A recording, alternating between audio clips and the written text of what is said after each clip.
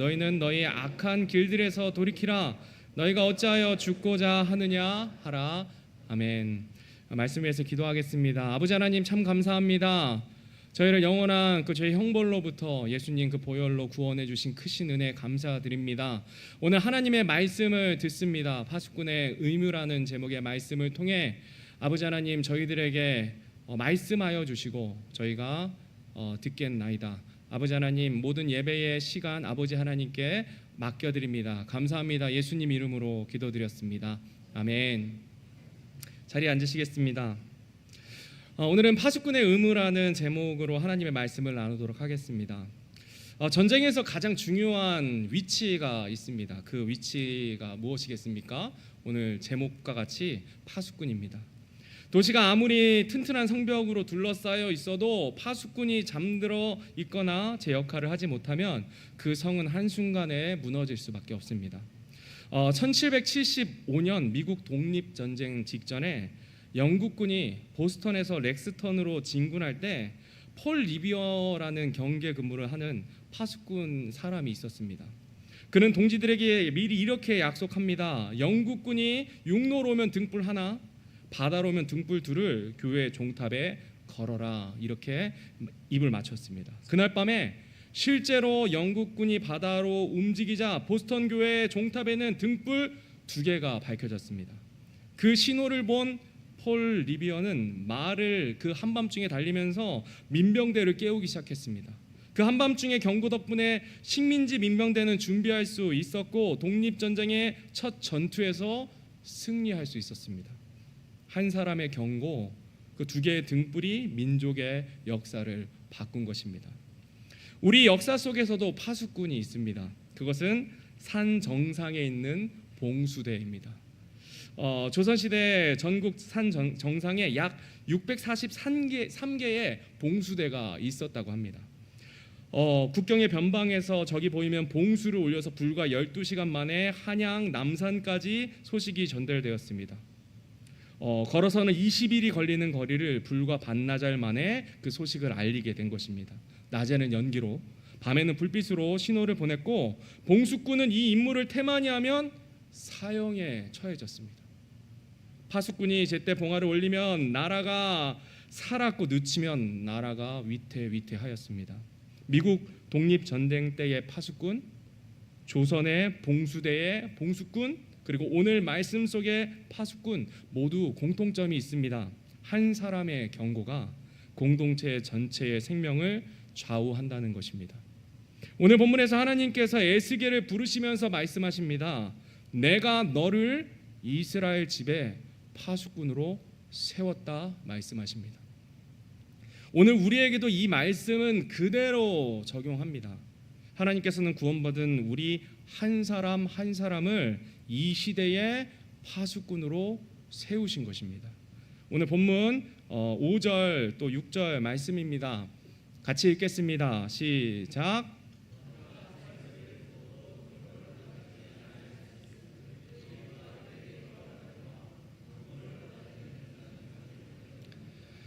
그러나 칼이 임하는 것을 파수꾼이 보고도 나팔을 불지 아니하여 백성이 경고를 받지 못하였으므로 칼이 임하여 그들 가운데서 어떤 사람을 취하면 그는 자기 불법 가운데서 제거되었거니와 그의 피는 내가 파수꾼의 손에서 요구하리라.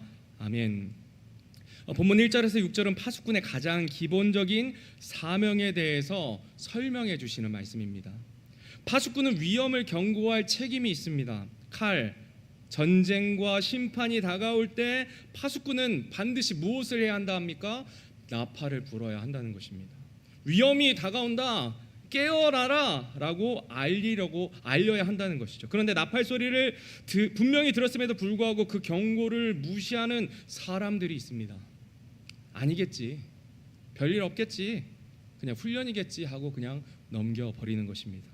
하나님은 그런 사람에게 이렇게 말씀하십니다. 그의 피가 그의 머리로 돌아가리라. 성도 여러분, 혹시 우리의 삶에도 이런 모습이 있지는 않으십니까? 교회 강단에서 수없이 말씀을 통해 주시는 경고의 음성을 들으시면서도 이건 옛날 얘기야, 다른 사람 얘기겠지 하면서 흘려보내고 있지는 않습니까? 가정에서 배우자와 자녀가 지적하는 그 말 속에, 직장 동료가 건네는 작은 충고 속에, 교회에서 함께 섬기는 성도의 조언 속에 하나님의 경고의 목소리가 담겨 있을 수 있습니다. 저도 자주 듣는 책망과 걱정 어린 말들이 있는데요. 뱃살 좀 빼라고 이렇게 성도님들이 얘기를 해주시고, 저희 아내도 그렇고 장모님도 그렇고 저희 아이들도 이렇게 걱정을 해주십니다. 제가 그래서 오늘 라떼를 안 먹고 아메리카노를 마셨습니다. 네. 말씀을 준비하니까 찔려서 못 먹겠더라고요. 어쨌든 귀를 닫고 듣지 않는다면 그 책임은 듣는 사람에게 있는 것입니다. 그러나 경고를 받아들이고 돌이키는 자는 생명을 건지는 것입니다. 군대에서도 근무 중에 졸거나 자리를 비우면 가장 무겁게 다스립니다. 왜 그렇습니까? 한 사람의 태만이 부대 전체의 생명을 위협하기 때문입니다. 실제 전쟁사에서도 경계근무를 게을리한 한 병사의 실수가 아군 전체가 죽임을 당하는 참사로 이어진 경우가 너무나 많습니다. 그래서 군법은 경계 실패를 단순 실수가 아니라 반역에 가까운 죄로 취급합니다. 하나님께서는 영적 파수꾼에게도 분명하게 말씀하십니다. 경고하지 않는 것은 단순한 무관심이 아니다. 한 사람의 생명뿐 아니라 공동체 전체를 파멸로 이끄는 죄악이다 이야기합니다. 오늘 7절 말씀을 우리 다시 한번 한 목소리로 읽겠습니다. 시작.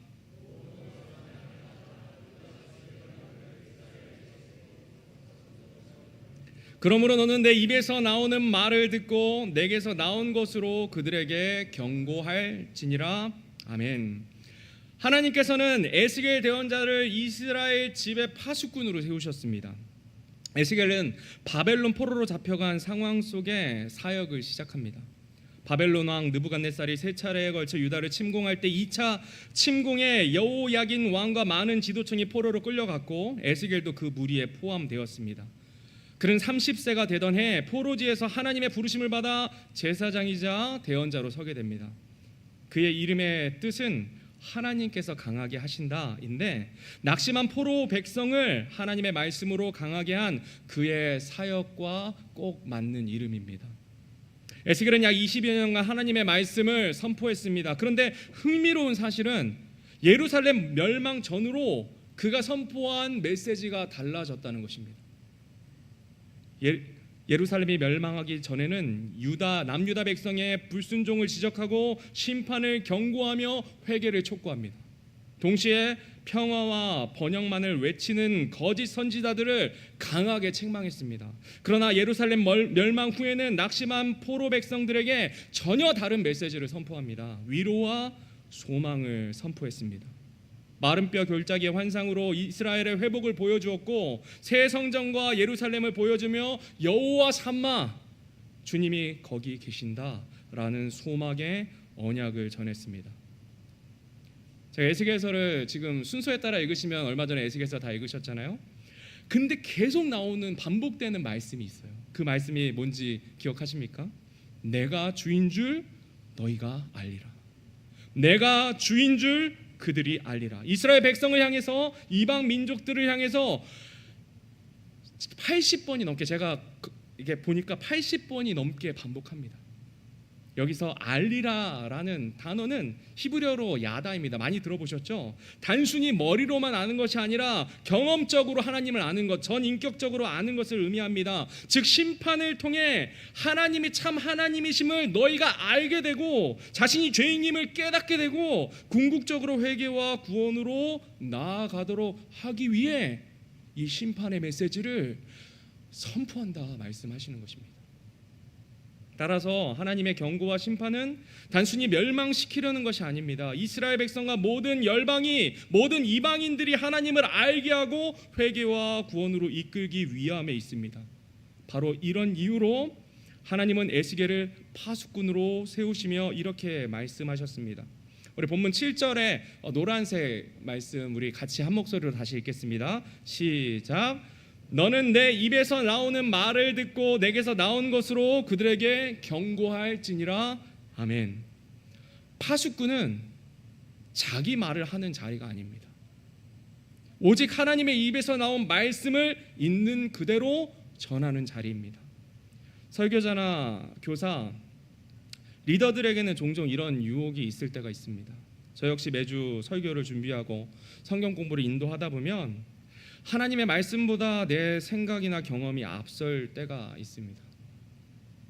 때로는 부끄럽지만 저의 어떤 주장을 합리화하거나 내 주장을 뒷받침하기 위해서 또 나를 드러내 높이기 위해서 말씀을 이용하고 싶을 때가 있음을 고백합니다. 그러나 말씀은 결코 나를 높이거나 내 자존심을 세우는 도구가 아닙니다. 말씀은 하나님이십니다. 하나님의 말씀은 오직 영혼을 살리고 돌이키게 하는데 사용해야 하는 것입니다. 교회에서도 마찬가지입니다. 감사하게도 하나님께서 새로운 영혼들을 저희 교회에 계속 보내주고 계십니다. 얼마나 기쁜지 모르겠어요. 그중에 생전 처음 교회 나오신 분들도 계세요. 그들의 옷차림이나 말투, 생활 방식이 우리와 다를 수 있습니다. 그런데 파수꾼인 우리가 하나님의 마음이 아닌 인간적인 기준으로 정죄한다면 그 영혼은 상처를 입고 다시 교회를 떠날 수도 있는 것입니다. 반면 말씀을 전하되 하나님의 마음과 의도를 담아서 사랑으로 품을 때 하나님께서 보내주신 그 영혼들이 어떻게 하겠습니까? 마음을 열고 하나님의 말씀을, 복음을 받아들이고 주님께 나아오게 되는 것입니다. 파수꾼이 전해야 하는 것은 오직 하나님의 뜻, 복음 그 자체이지 우리의 기준과 우리의 생각이 아니라는 것입니다. 만약 파수꾼이 자기 생각대로 외친다면 어떤 일이 일어나겠습니까? 항복하러 백기를 든 적군이 오고 있습니다. 파수꾼이 그들을 받아들이지 않고 적이 쳐들어온다, 나팔을 잘못 외친다면 불필요한 전쟁은 계속됩니다. 무고한 생명이 죽게 되는 것입니다. 이것이 바로 파수꾼의 의무를 저버리는 것입니다.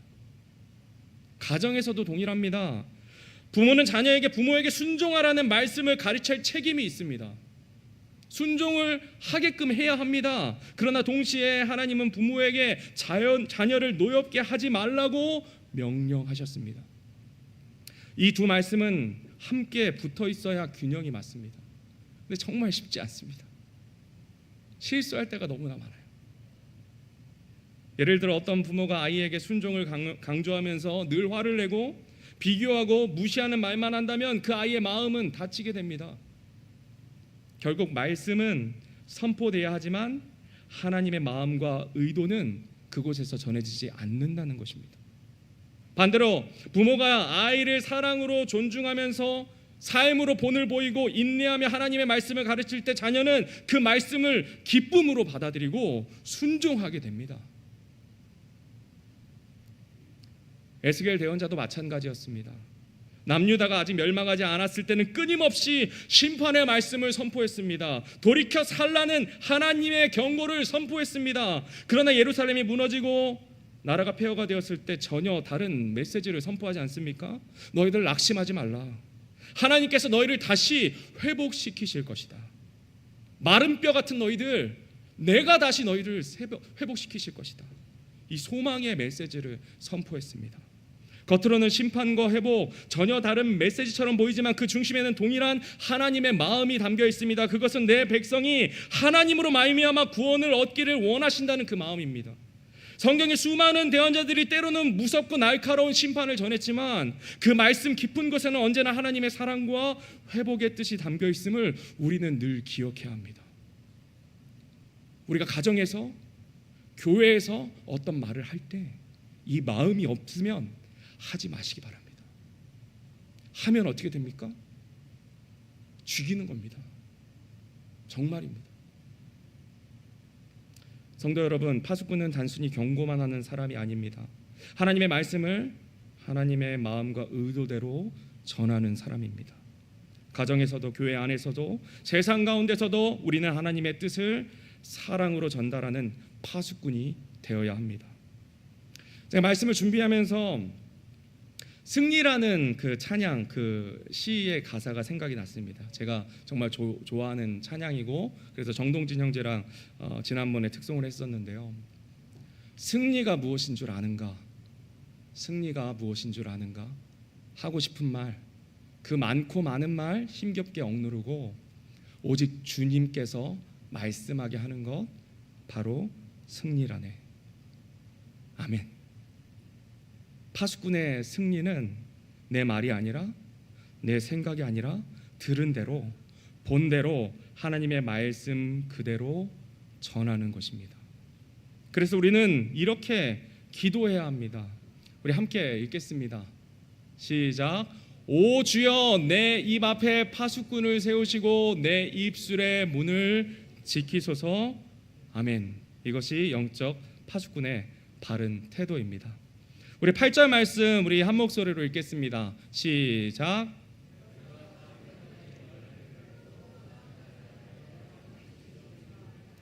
내가 그 사악한 자에게 말로 경고하여 그의 길에서 떠나지 아니하면 그 사악한 자는 자기 불법 가운데서 죽으려니와 그의 피는 내가 내 손에서 요구하리라. 아멘. 하나님은 분명히 말씀하십니다. 오 사악한 자야, 내가 반드시 죽으리라. 그런데 파수꾼이 이 경고를 전하지 않는다면 어떻게 되겠습니까?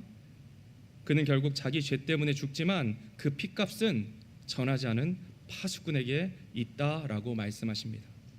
영적인 파수꾼인 우리가 전해야 할 경고가 무엇입니까? 바로 선명한 복음입니다. 죄인은 반드시 심판받아 영원한 형벌을 받는다는 사실을 반드시 전해야 한다는 것입니다. 그러나 오늘날 교회 강단에서, 그리고 찬양의 가사 속에서 죄와 심판의 메시지가 점점 사라지고 있습니다. 실제 조사에 따르면 한국교회 주일 설교 주제 가운데 죄와 회개를 다루는 비율은 5% 미만입니다. 가장 낮은 수준에 불과합니다. 많은 보수적인 목회자들은 죄를 말하지 않고 회개의 필요를 외면하며 지옥과 심판을 전하지 않는 현상을 일컬어서 하이퍼 그레이스, 과잉 은혜라고 지적하며 강하게 경고하고 있습니다.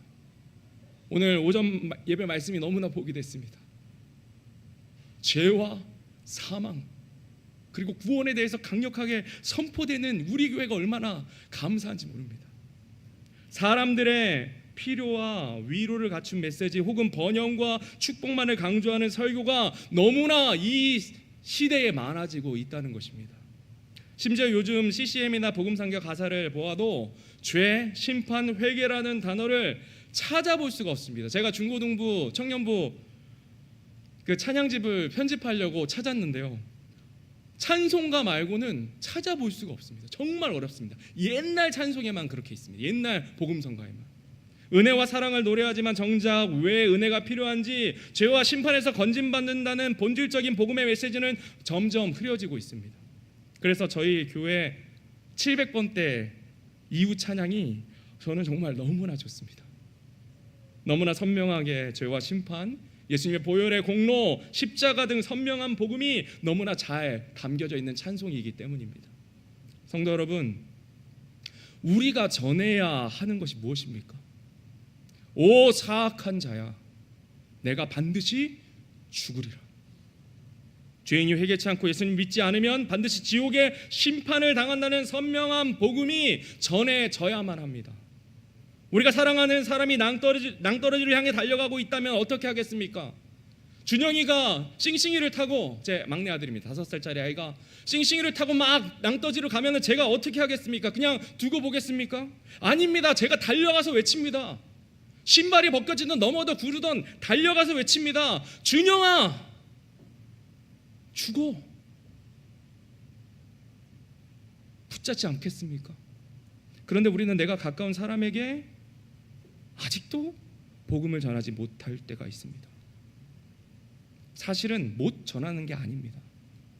안 전하는 거에 사실입니다. 관계가 껄끄러워질까 봐, 불편해질까 봐 입을 다물어 버립니다. 그러나 오늘 말씀은 분명히 말씀합니다.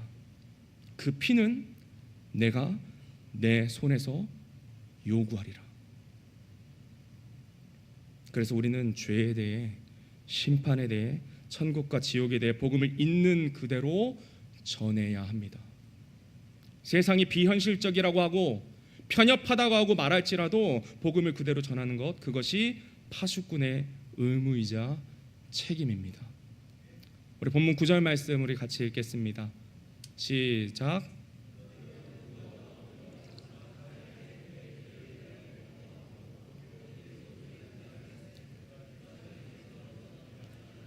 그는 자기 불법 가운데서 죽으려니와 너는 내 혼을 건졌느니라. 아멘. 그런데 혹시 상대가 돌이키지 않는다면 어떻게 되겠습니까? 본문은 분명하게 말씀합니다. 그는 자기 죄로 죽지만 파수꾼은 자기 영혼은 건진 것이라고. 우리가 해야 할 일은 결과를 책임지는 것이 아닙니다. 결과는 하나님께 맡기고 우리는 말씀을 전하는 그 책임을 다해야 한다는 것입니다. 제가 신학교 다닐 때 개인구령 교수님인 최상호 목사님께서 계속 강조하시던 부분이 있습니다. 복음은 선포다. 복음은 설득이 아닙니다. 복음은 선포입니다. 선포는 세상에 널리 알리는 것입니다. 우리의 책임은 복음을 있는 그대로 세상에 전하는 것입니다. 10절 말씀입니다. 10절, 11절 말씀 이어서 읽겠습니다. 10절은 형제님, 11절은 자매님 읽겠습니다. 시작. 오 사람의 아들아, 그러므로 너는 이스라엘의 집에게 말하라. 너희가 이같이 말하여 이르되 우리의 범법들과 우리의 죄들이 우리 위에 있어 우리가 그것들 가운데서 쇠약하게 되었으니 우리가 어찌 살리오 하는도다.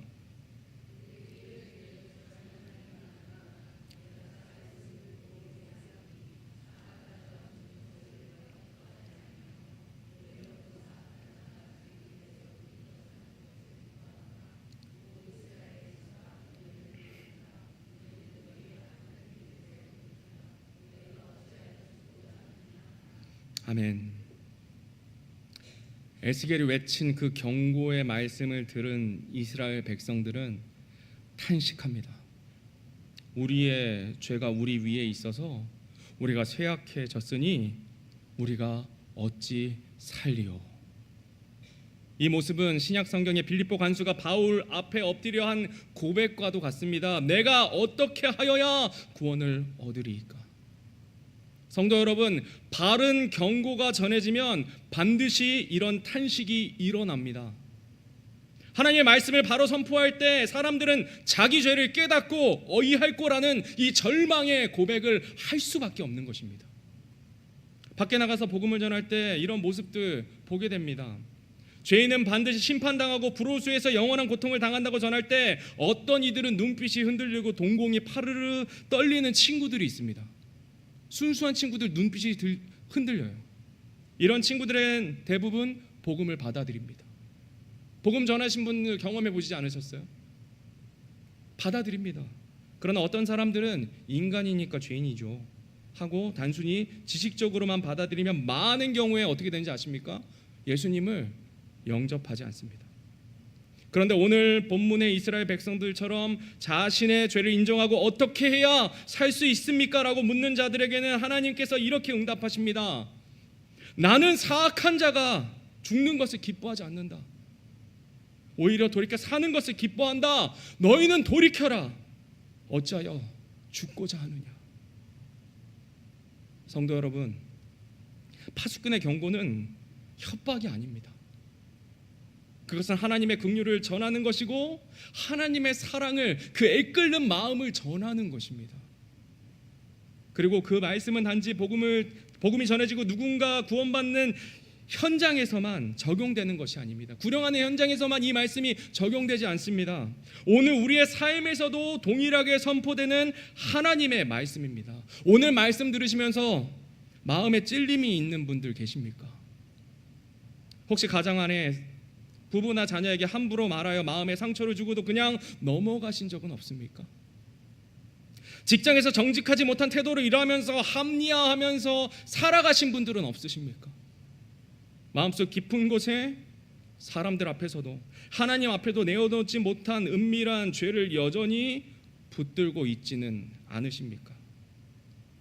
주님께서 말씀하십니다. 너희가 돌이켜 사는 것을 내가 기뻐한다. 너희는 돌이켜라. 하나님의 마음은 심판 자체가 아닙니다. 하나님의 마음은 언제나 회개와 구원에 있습니다. 심판의 메시지는 사람을 두렵게 하려는 것이 아니라 돌이켜 살라는 하나님의 간절한 마음이 담겨져 있음을 우리는 꼭 기억해야 합니다. 이 마음을 장착하고 어떤 말이든 선포해야 합니다. 말씀 맺겠습니다. 오늘 말씀은 우리에게 세 가지를 말씀하십니다. 첫째는 파수꾼의 사명과 듣는 자의 책임. 경고를 무시하면 자기 책임이고 받아들이면 생명을 얻습니다. 둘째는 영적 파수꾼의 의무. 파수꾼은 자기 말이 아니라 하나님의 말씀을 그 마음과 의도대로 전해야 하는 것입니다. 셋째로 파수꾼을 두신 이유이자 하나님의 마음은 하나님은 심판을 원치 않으시고 돌이켜 살기를 원하십니다. 성도 여러분, 구원받은 우리 모두를 하나님의 파수꾼으로 부르셨습니다. 아멘이십니까? 세상에 죽어가는 영혼들에게 복음을 선명하게 전하는 파수꾼이 되시길 바랍니다. 복음을 전하지 않는 것은 단순한 침묵이 아니라 죄가 됨을 기억해야 합니다. 우리 모두 가정에서, 교회 안에서, 세상 속에서 사랑으로 경고하는 하나님의 파수꾼이 됩시다. 그리고 돌이켜 살라는 하나님의 말씀 앞에 먼저 나의 삶을 돌이키는 저와 여러분이 되기를 간절히 바랍니다. 우리 다 같이 일어나셔서 오늘 말씀 생각하시면서 찬송가 259장 빛의 사다들이여 찬송하고 예배를 마치도록 하겠습니다.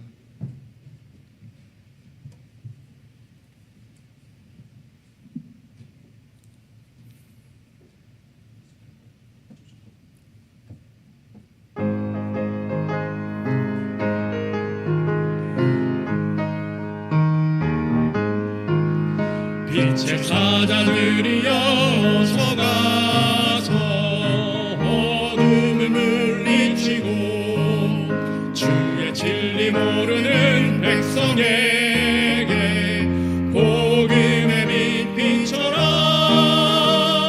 빛의 사자들이여 복음의 빛 비춰라. 죄로 어둠